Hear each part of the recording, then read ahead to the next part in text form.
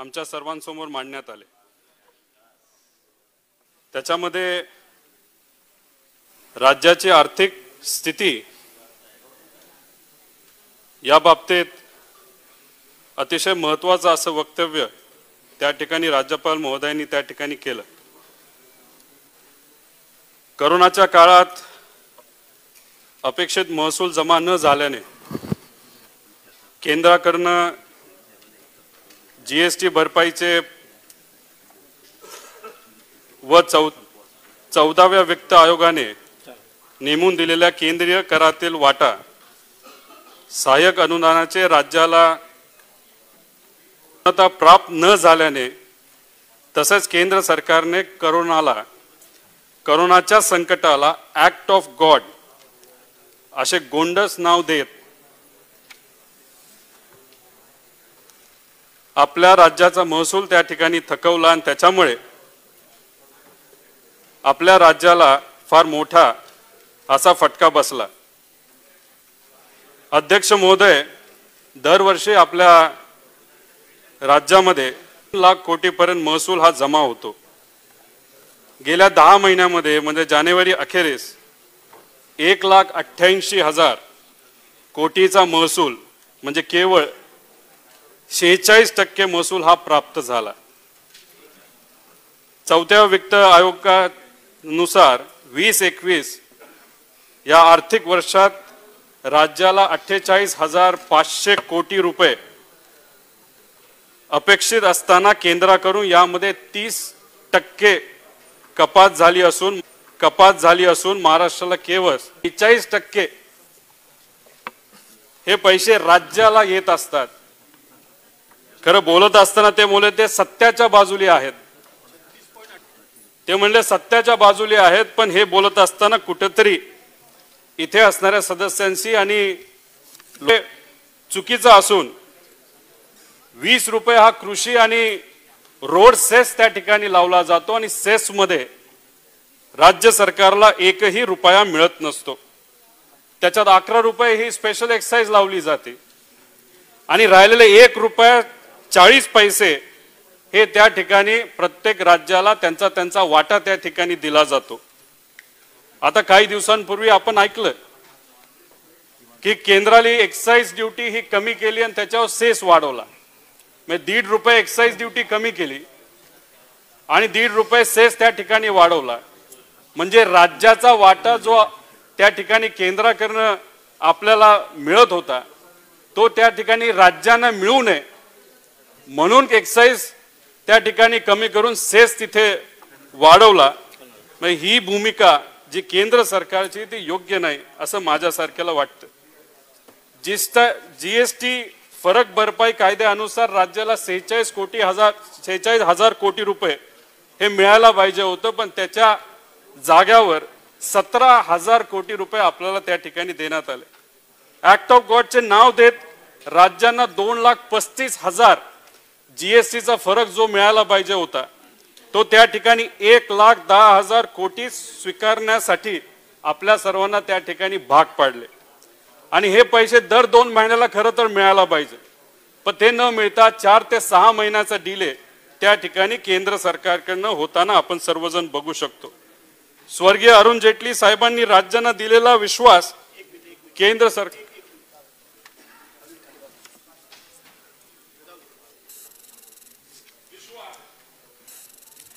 सरकारने पायाखाली तुडवल्याचं जाणीव त्या ठिकाणी आपल्या सर्वांना होते। अध्यक्ष महोदय, काल राज्यपाल महोदयांनी जे भाषण केलं त्याच्यामध्ये 14व्या वित्त आयोगाचा स्थानिक स्वराज्याचा निधी जो केंद्र सरकारकडे गेल्या 2 वर्ष अडकलाय तो 1444 कोटी इतका तो बाकी आहे। म्हणजे आपल्या ग्रामपंचायतला जो हक्काचा फंड हा केंद्र सरकारकडून मिळत असतो तो त्या ठिकाणी अजूनही केंद्र सरकारकडे अडकलेला दिसून येतो। काही दिवसांपूर्वी एका पेपरमध्ये बातमी ऐकली, त्याचा अभ्यासही केला, त्याच्यामध्ये असं कळतं की आपल्या राज्य सरकारचे 80,000 कोटी रुपये हे केंद्र सरकारकडे अडकलेले आहेत, ज्याच्यामध्ये स्कॉलरशिप आहे, समाज कल्याण विभागाचा पैसा आहे, अंगणवाडी, असे प्रत्येक विभागाचा पैसा त्या ठिकाणी आपल्या सर्वांच्या हक्काचा अडकलेला आहे। अशा सर्व स्थितीत राज्य कसे चालवावे याचा प्रयत्न त्या ठिकाणी आदरणीय मुख्यमंत्री आणि अजितदादा आणि तिथं असणारे मंत्रिमंडळातले इतर नेते हे मनापासून त्या ठिकाणी प्रयत्न करत आहेत। राज्य सरकारला कसे बदनाम करता येईल यासाठी संपूर्ण विरोधी पक्षातले नेते हे प्रयत्न करत असतात, पण याच्यातल्या एकाही नेत्याली गेल्या वर्षभरात साधं एक सुद्धा पत्र या राज्य सरकारच्या वतीने म्हणजे राज्यात राहणाऱ्या लोकांच्या वतीने त्या ठिकाणी केंद्र सरकारला लिहिलेलं नाही।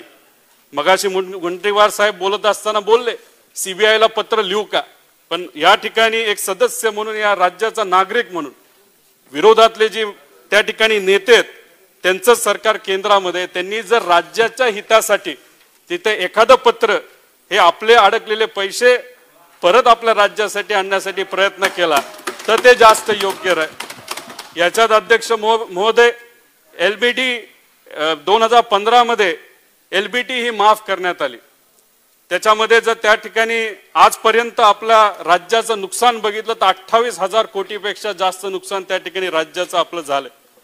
2015 साली माफ केलेली LBT ची रक्कम 15-16 महसुलात परिगणित करण्यासाठी केंद्राकडे पाठपुरावा आपल्या माध्यमातून मी राज्य सरकारला विनंती करेल आणि ही विनंती करत असताना विरोधी पक्षाने देखील यासाठी सहकार्य करावे अशी अपेक्षा या ठिकाणी अध्यक्ष महोदय मी या ठिकाणी करतो। अध्यक्ष महोदय हे सगळं वाचल्यानंतर त्या ठिकाणी अटल बिहारी वाजपेयींची एक कविता इथं आठवते। भाड़ा है आती है आए गिरे प्रलय की घोर घटाए पाओ के नीचे अंगारे सिर पर बरसे यदि ज्वालाए निज हाथों से हंसते हंसते आग लगाकर जलना होगा कदम मिलाकर चलना होगा कदम मिलाकर चलना होगा। अध्यक्ष महोदय या कवितेचा अर्थ असा की जेव्हा आपलं राज्य सरकारवर तिथे असणाऱ्या सर्वसामान्य लोकांवर जेव्हा अडचण येते केंद्र सरकार असू दे नाही तर राज्य सरकार त्या ठिकाणी या दोन्ही सरकारला एकत्रित काम करण्याची जरूरत आहे आणि राज्यामध्ये सुद्धा विरोधी पक्षातल्या नेत्यांनी सुद्धा आपल्या लोकांच्या हितासाठी एकत्रित येण्याची जरूरत आहे। पण त्या ठिकाणी वाजपेयी साहेबांचा हा विचार तिथं बीजेपीचे काही लोक विसरलेत असं म्हणायला काय हरकत नाही। अध्यक्ष महोदय PM केअरच्या बाबतीत तेच झालं।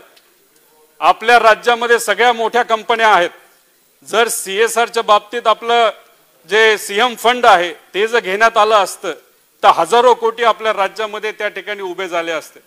म्हणजे कोल्हापूर आणि सांगलीमध्ये जेव्हा त्या ठिकाणी पूर आला तेव्हा त्यावेळेस सत्तेत असणारे म्हणजे बीजेपीचे त्या ठिकाणी सरकार होती तेव्हा विरोधात असणारे जे लोक होते त्यांनी सुद्धा आपापली जे काही पैसे असतील ते त्या ठिकाणी CM फंडाच्या इथं सुपूर्त केले होते। पण यंदा चित्र वेगळं होतं। मग त्या ठिकाणी PM केअर साठी फंड हा मोठ्या प्रमाणात गेला आणि आपल्या CM केअर मध्ये फंड यायला आपल्याला त्या ठिकाणी अडचण ही मोठ्या प्रमाणात अध्यक्ष महोदय आली। नैसर्गिक आपत्तीसाठी केंद्राकडून मदत देण्यात अडथळा होत आहे।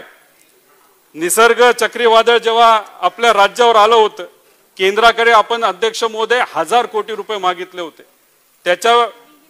त्याच्यासाठी आपल्याला 260 कोटी फक्त देण्यात आले। तसंच अध्यक्ष महोदय पूर्व विदर्भात अतिवृष्टी झाल्याने नुकसान भरपाईसाठी 800 कोटीची मागणी आपल्या राज्य सरकारने केली होती आणि हे बघत असताना केंद्राचं पथक हे कधी आलं या बाबतीतला अंदाज अध्यक्ष महोदय आपल्या सर्वांना असेल। अध्यक्ष महोदय याच्यावरच अटल बिहारी वाजपेयींचं एक वाक्य इथं आठवतं, सरकारें आएंगी जाएंगी मगर ये राष्ट्र रहना चाहिए, देश का लोकतंत्र अमर रहना चाहिए। अध्यक्ष महोदय हे विचार फक्त पेपरवर राहिले का काय अशी स्थिती आज या ठिकाणी आपल्या सर्वांना बघायला मिळते। अध्यक्ष महोदय राज्यपाल महोदयांनी शेतकरी चिंतामुक्त करण्याबाबतीत वक्तव्य केलं होतं। त्याच्यामध्ये अध्यक्ष महोदय आपण जर बघितलं तर गेल्या वर्षभरात गेल्या 5 वर्षात जे सरकार होतं त्यांनी जेवढी मदत त्या ठिकाणी शेतकऱ्याला केली त्याचे 67% मदत या महाविकास आघाडी सरकारने एका वर्षामध्ये त्या ठिकाणी करून दाखवली। अध्यक्ष महोदय, आधीच्या सरकारने त्या ठिकाणी 34,000 कोटीची कर्जमाफी जाहीर केली होती आणि देत असताना फक्त 19,800 कोटी रुपये दिले, म्हणजे 58% त्या ठिकाणी त्यांनी कर्जमाफी त्या ठिकाणी केली। म्हणजे सांगायचं म्हणजे मोठ्या मोठ्या गोष्टी सांगायच्या आणि करण्याची वेळ जेव्हा येते तेव्हा हात वर करायची अशी परिस्थिती त्या ठिकाणी त्या सरकारची होती। अध्यक्ष महोदय, या सरकारने 20,000 कोटीची कर्जमाफी त्या ठिकाणी जाहीर केली, त्यातली 19,500 कोटी हे त्या ठिकाणी शेतकऱ्याच्या खात्यामध्ये गेलेले आपण सर्वजण त्या ठिकाणी बघू शकतो। अध्यक्ष महोदय, काल विरोधी पक्षनेते बोलत होते की कोरोनाच्या काळामध्ये कुणीही काही काम केलं नाही। अध्यक्ष महोदय, याचा लेखाजोखा लोकांकडे आहे। या बाबतीत जर माहिती घेतली तर आपल्या राज्य सरकारने या बाबतीत आरोग्यापासून शिक्षणापासून इतर सर्व गोष्टींमध्ये मनापासून त्या ठिकाणी काम केलं। मुख्यमंत्री साहेब असतील, उपमुख्यमंत्री दादा असतील, आरोग्य मंत्री, सर्व मंत्री त्या ठिकाणी दिवस रात्र काम करत होते आणि त्यांना ताकद देण्यासाठी अधिकारी, पोलीस, कर्मचारी हे सर्व त्या ठिकाणी अध्यक्ष महोदय होते। आरोग्य मंत्र्यांच्या बाबतीत बोलायचं झालं तर त्यांच्या आई आजारी असताना सुद्धा लोकांची सेवा त्या ठिकाणी ते देत होते आणि अशा प्रकारे तिथं लोकांच्या सेवेसाठी हे सरकार फार मनापासून काम करताना आपण सर्वांनी त्या ठिकाणी बघितलं। अध्यक्ष महोदय, काल बोलत असताना कोणतरी बोलून गेलं की हे सरकार संवेदनशील नाही।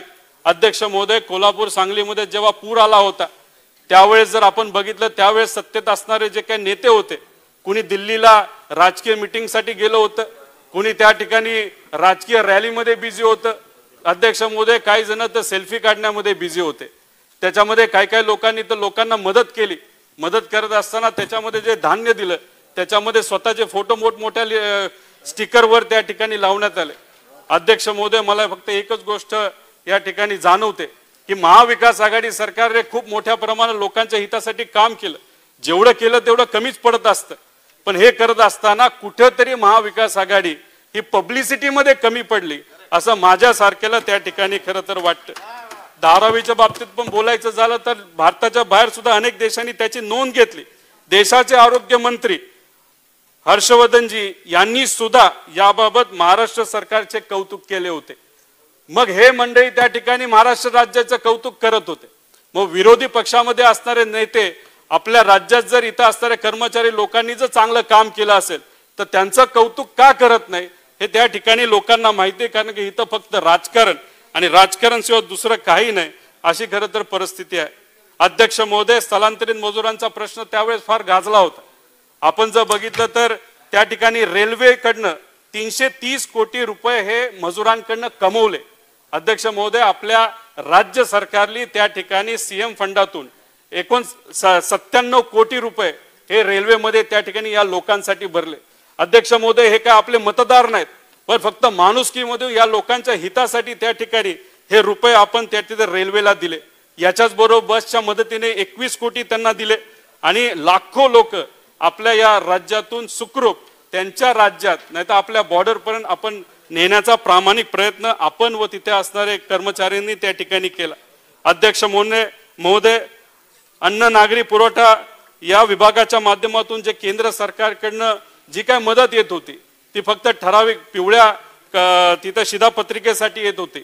आपल्या राज्य सरकारला कुठेतरी जाणवलं की जे केसरी शिधापत्रिकाचे लोक आहेत ते सुद्धा काही प्रमाणात अडचणीत आहेत, त्यांच्या हितासाठी आपल्याला काही योजना आणता येईल का, आणि तशी योजना तिथं आणून 3 कोटीपेक्षा जास्त लोकांना त्या योजनेचा फायदा हा झालेला आपण सर्वजण बघू शकतो। शिवभोजन थाळीच्या बाबतीत अध्यक्ष महोदय तसंच झालं। त्यावेळेस अनेक लोक अडचणीत होते, त्याच्यामध्ये बहुतांश लोक हे मजूर होते।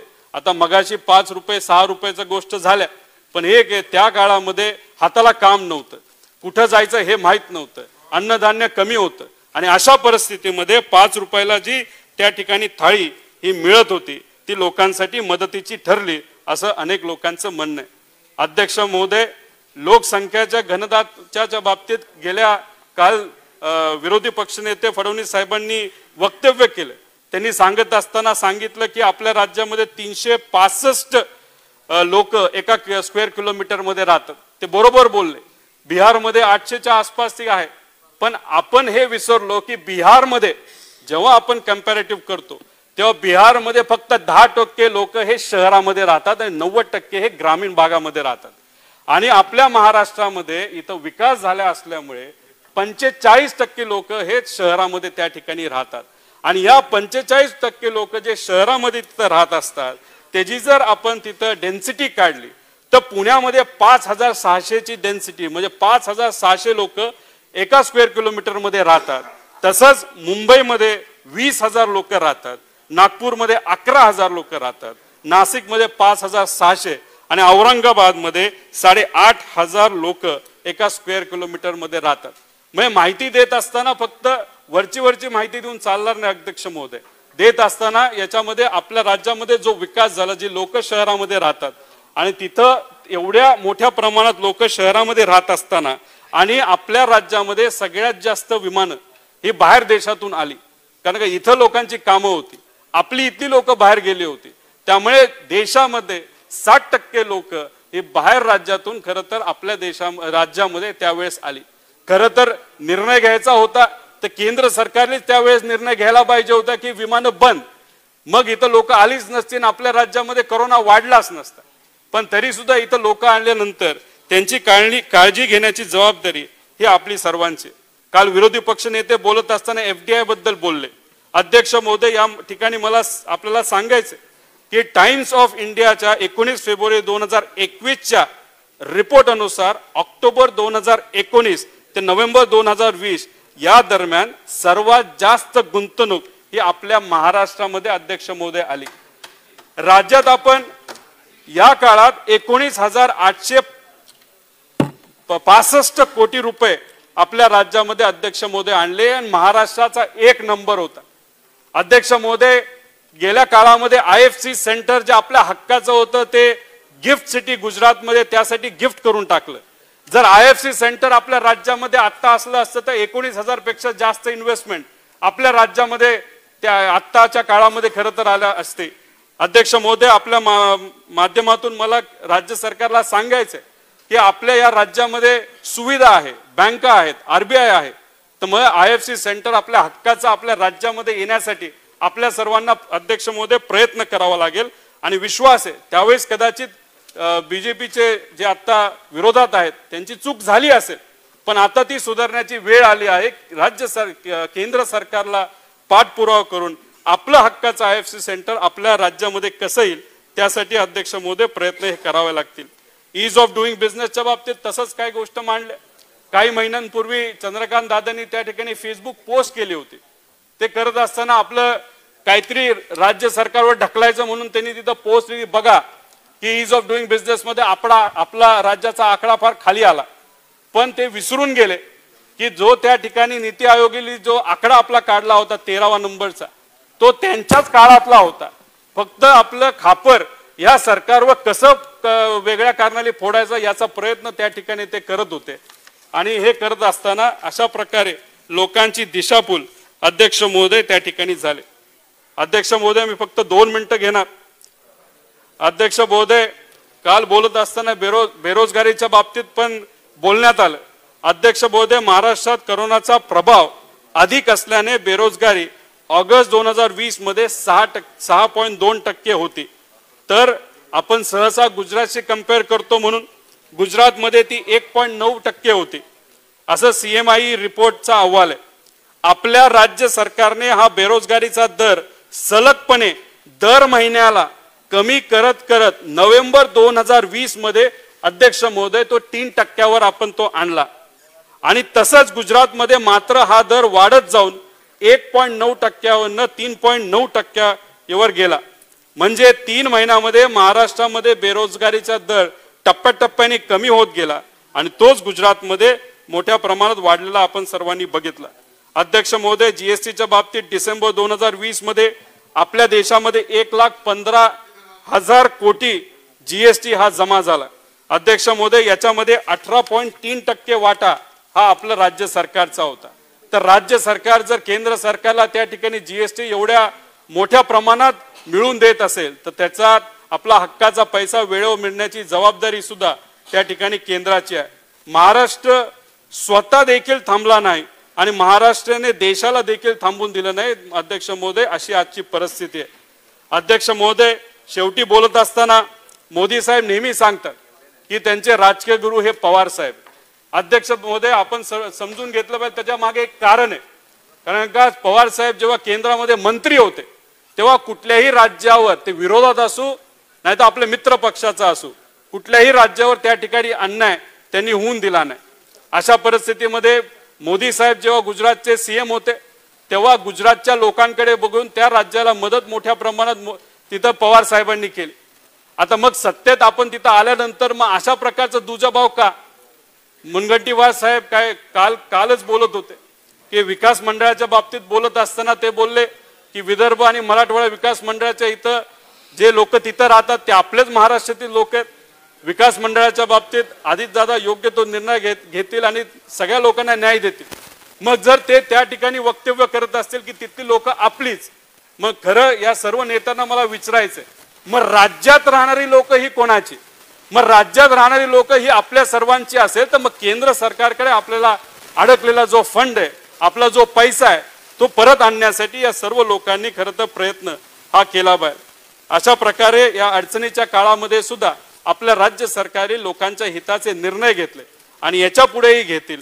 येणारा अर्थसंकल्प हे दिशादर्शक असेल असा विश्वास माझ्यासारख्या छोट्या कार्यकर्त्याला वाटतो आणि त्यातून नक्कीच इथं असणाऱ्या लोकांचा विकास आणि आपल्या राज्याचा विकास होईल असा विश्वास या ठिकाणी व्यक्त करतो आणि माझे 2 शब्द संपवतो.